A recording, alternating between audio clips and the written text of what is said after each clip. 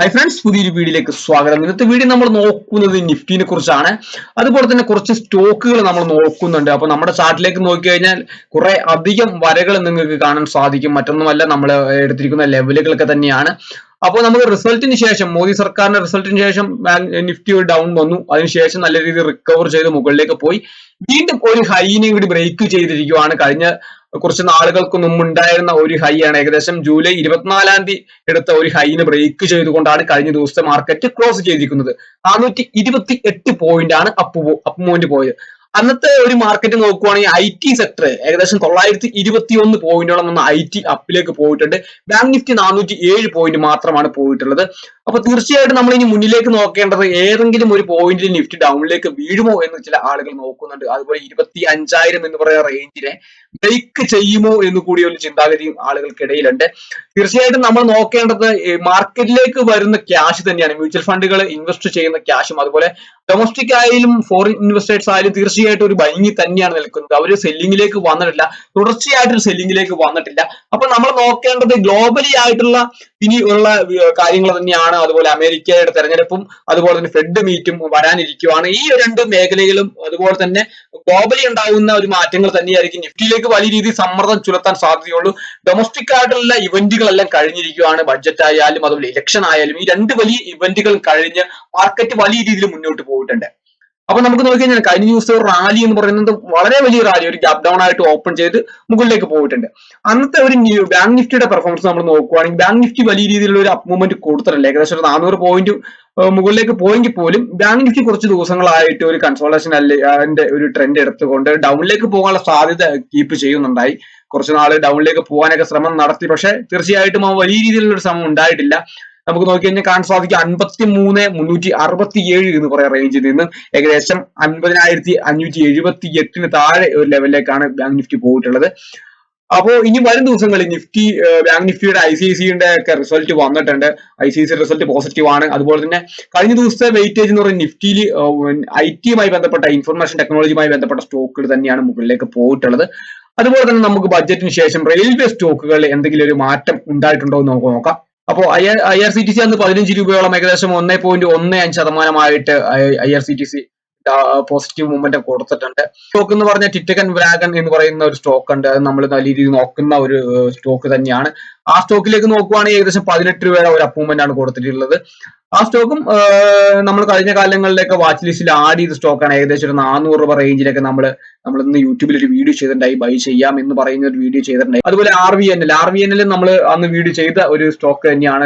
തീർച്ചയായിട്ടും ആ വീഡിയോ യൂട്യൂബിലുണ്ട്. നമ്മളിവിടെ ലെവലുകളൊക്കെ മാർക്ക് ചെയ്തിരിക്കുന്നത് ഇപ്പോൾ വർഷിക്കുന്ന ലെവലുകളല്ല, നമ്മുടെ ആ പഴയ ആ ടൈമിൽ നമ്മൾ മാർക്ക് ചെയ്തിരിക്കുന്ന ലെവലുകൾ തന്നെയാണ്.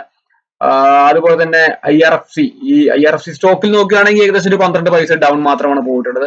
35 രൂപ എന്ന് പറയുന്ന റേഞ്ചിൽ നിന്ന് ഏകദേശം ഒരു 224 എന്ന് പറയുന്ന റേഞ്ചിലേക്കാണ്. സ്റ്റോക്കിലൊക്കെ തീർച്ചയായിട്ടും പ്രോഫിറ്റ് ബുക്കിംഗ് ഒക്കെ കാണുന്നുണ്ട്. പ്രോഫിറ്റ് ബുക്കിംഗ് ഒക്കെ വന്നതിന് ശേഷമാണ് ഇങ്ങനെയൊക്കെ ഡൗണിലേക്ക് വന്നിരിക്കുന്നത്. ഇപ്പോൾ നോക്കിയാൽ IRFC ഒക്കെ ഡൗണിലേക്ക് വന്നിട്ടുണ്ട്. അതുപോലെ SGVN എന്ന് പറഞ്ഞ സ്റ്റോക്ക്, ഈ സ്റ്റോക്കും ഏകദേശം നല്ല രീതിയിലൊരു അപ്പ് മൂവ്മെന്റ് കൊടുത്തിട്ട് ഒരു കൺസോൾട്ടേഷനിലാണ് നിൽക്കുന്നത്. ഇനി ഇവിടെ ഒരു ബ്രേക്ക് ഔട്ട് ഒക്കെ നടക്കണം. SGVN-ലാണെങ്കിൽ ഒരു ബ്രേക്ക് ഔട്ടിന് സാധ്യത കാണുന്ന പോയിന്റ് എന്ന് പറയുന്നത് 160 മുകളിലേക്ക് ഒരു ബ്രേക്ക് ഔട്ട് നടക്കണം. ഈ 160 മുകളിലേക്ക് ബ്രേക്ക് ഔട്ട് നടന്നാൽ നല്ല രീതിയിൽ അപ്പ് മൂവ്മെന്റ് പോകാൻ സാധിക്കും. അതുപോലെ RVNL സ്റ്റോക്കും നമുക്ക് നോക്കി കഴിഞ്ഞാൽ അറിയാൻ സാധിക്കും, നമുക്കൊരു 500 ലെവലൊക്കെ നമുക്കൊരു സപ്പോർട്ടായിട്ട് വെക്കാം. അല്ലെങ്കിൽ ഈ ഒരു ലെവൽ 540 എന്ന് പറയുന്ന കഴിഞ്ഞ ദിവസം ഒരു വിക്ക് വന്നിരിക്കുന്ന ഒരു ക്യാൻഡിൽ വന്നിരിക്കുന്ന ആ ലെവലിലേക്ക് നമുക്കൊരു സപ്പോർട്ടായിട്ട് വെക്കാൻ സാധിക്കും. അതിന് താഴേക്കൊക്കെ പോയി കഴിഞ്ഞാൽ മാത്രം വലിയ രീതിയിലൊരു സെൽ ഓഫ് നമുക്ക് എടുത്ത് കാണുള്ളൂ. അതുപോലെ ടിറ്റകൻ വാഗണിലും അതുപോലെ തന്നെ നമുക്ക് നോക്കാം ഏതെങ്കിലും ലെവല്. ഇവിടെ ഒരു വലിയൊരു ക്യാൻഡിൽ എന്ന് പറയുന്ന ഈ ഒരു പിൻബാർ ക്യാൻഡിലാണ് 1458 എന്ന് പറയുന്ന പിൻബാർ തന്നെ കാണാൻ സാധിക്കും. അതിനുശേഷം അത് റിവേഴ്സ് പോകാനാണ് സാധ്യത, മുകളിലേക്ക് പോകാനാണ് ഈ ടിറ്റകൻ വാഗൺസ് കാണുന്നത്. കാരണം അവിടെ ഒരു ചെറിയ പ്രോഫിറ്റ് ബുക്കിംഗ് കഴിഞ്ഞിട്ടുണ്ട്. ഇനി ഒരു റിവേഴ്സിൽ മാത്രമാണ്. IRCTC ആണെങ്കിലും അതുപോലെ തന്നെയാണ്, നമുക്ക് ഒരു 840 എന്ന് പറയുന്ന റേഞ്ചിലേക്ക് വന്നതാണ്. അവിടുന്ന് വീണ്ടും 984ലേക്കാണ് പോയിരിക്കുന്നത്. ഇവിടെ ഒരു ബ്രേക്ക് ഔട്ട് നടക്കണമെങ്കിൽ ഏകദേശം ഈ ഒരു നല്ല ബ്രേക്ക് ഔട്ട് നടക്കണമെങ്കിൽ 1138 എന്ന് പറയുന്ന ഒരു റേഞ്ച് ഉണ്ട്. ആ റേഞ്ച് പ്രധാനപ്പെട്ട റേഞ്ച് ആണെന്ന്. അതുപോലെ നമുക്ക് ഈ ഒരു ലെവൽ എന്ന് പറയുന്നത് ഇത് 864 ഒരു സ്റ്റോപ്പ് ലോസ് ലെവൽ ആയിട്ട് തന്നെയാണ് വെക്കാൻ സാധിക്കുന്ന ഒരു സ്റ്റോക്ക് തന്നെയാണ്. അതുപോലെ തന്നെ നമുക്ക് ഇനിയിപ്പോ വേറെ അദാനി സ്റ്റോക്ക് കൂടി നോക്കാം. അദാനി സ്റ്റോക്കുകളൊക്കെ നമ്മൾ വാച്ച് ചെയ്യാറുള്ള സ്റ്റോക്കുകളാണ്. അദാനി സ്റ്റോക്കിൽ ഇപ്പോ അദാനി പവർ 712 നിൽക്കുന്നത്, 57 പോയിട്ട് താഴ്ത്തിട്ട് വന്നിരിക്കുന്ന സ്റ്റോക്കാണ്. മറ്റൊരു സ്റ്റോക്ക് നോക്കുവാണെങ്കിൽ അദാനി പോർട്ട് എന്ന് പറയുന്ന ലെവല്. അദാനി പോർട്ടിൽ നമ്മൾ നോക്കുവാണെങ്കിൽ 1600 എന്ന് പറയുന്ന ലെവലിലേക്ക് ബ്രേക്ക്ഔട്ട് ചെയ്ത് കഴിഞ്ഞിട്ടുണ്ടെങ്കിൽ നല്ല രീതിയിൽ മൊമെന്റം കാണാൻ സാധിക്കും. അതുപോലെ തന്നെ മറ്റൊരു സ്റ്റോക്ക് അദാനി എന്റർപ്രൈസസ് എന്ന് പറയുന്ന സ്റ്റോക്കാണ്. ഈ സ്റ്റോക്ക് ഏകദേശം 3700 എന്ന് പറയുന്ന ലെവലിലേക്ക് പോയിട്ട് തിരിച്ചു വന്നിരിക്കുന്നതാണ്. ഇവിടെ ഒരു കൺസോൾട്ടേഷൻ തന്നെയാണ് കാണുന്നത്. ഒരു ഡൗണിലേക്ക് പോകാൻ ഒരു താല്പര്യമില്ലായ്മ ഈ സ്റ്റോക്കിൽ കാണുന്നുണ്ട്. ഇവിടെ നോക്കി കഴിഞ്ഞാൽ മൾട്ടിപ്പിൾ ടൈംസ് 2752 ടച്ച് ചെയ്ത് കാണാൻ സാധിക്കുന്നുണ്ട്. മറ്റൊരു സ്റ്റോക്ക് അദാനി ഗ്രീൻ എനർജി ആണ്. റിസൾട്ട് വന്നിട്ടുണ്ട്. റിസൾട്ട് പോസിറ്റീവ് ആയിട്ടുള്ള റിസൾട്ട് ആണ് അദാനി ഗ്രീൻ എനർജിയിൽ നമുക്ക് കാണാൻ സാധിക്കുന്നത്. അതുപോലെ ഈ സ്റ്റോക്കിൽ ഒരു 1551 എന്ന് പറയുന്ന റേഞ്ച് തന്നെയാണ് ഒരു പ്രധാന സപ്പോർട്ട്. അതിന് മുകളിലേക്ക് നമ്മൾ സപ്പോർട്ട് നോക്കുകയാണെങ്കിൽ ഈ കഴിഞ്ഞ ദിവസത്തെ ഒരു ലെവലുണ്ട് 1653 എന്ന് പറയുന്ന ലെവല്. അതും ഒരു സപ്പോർട്ടായിട്ട് എടുക്കാം. അതുപോലെ തന്നെ അദാനി ഗ്രീൻ സൊല്യൂഷൻ ഈ കമ്പനിയുടെയും റിസൾട്ട് വന്നിട്ടുണ്ട്. റിസൾട്ട് നമ്മൾ അനലൈസ് ചെയ്തിട്ടില്ല. റിസൾട്ട് വന്നതായിട്ട് കണ്ടിരുന്നു. ഇപ്പൊ ഈ സ്റ്റോക്കിൽ നമ്മൾ നോക്കി കഴിഞ്ഞാൽ കാണാൻ സാധിക്കും 967 എന്ന് പറയുന്ന ഒരു സപ്പോർട്ട് മൾട്ടിപ്പിൾ ടൈംസ് എടുത്തിരിക്കുന്ന കാണാൻ സാധിക്കുന്നുണ്ട്. ഇവിടെ ഒരു നമുക്ക് നോക്കി കഴിഞ്ഞാൽ ഒരു ട്രയാങ്കിൾ പാറ്റേൺ ഒക്കെ നമുക്ക് വേണമെങ്കിൽ വരയ്ക്കാൻ സാധിക്കും. ഇവിടെ ഇതിന് ട്രയാങ്കിൾ പാറ്റേൺ ബ്രേക്ക്ഔട്ട് എന്നൊക്കെ നോക്കി എൻട്രി എടുക്കുന്ന ആളുകളുണ്ട്.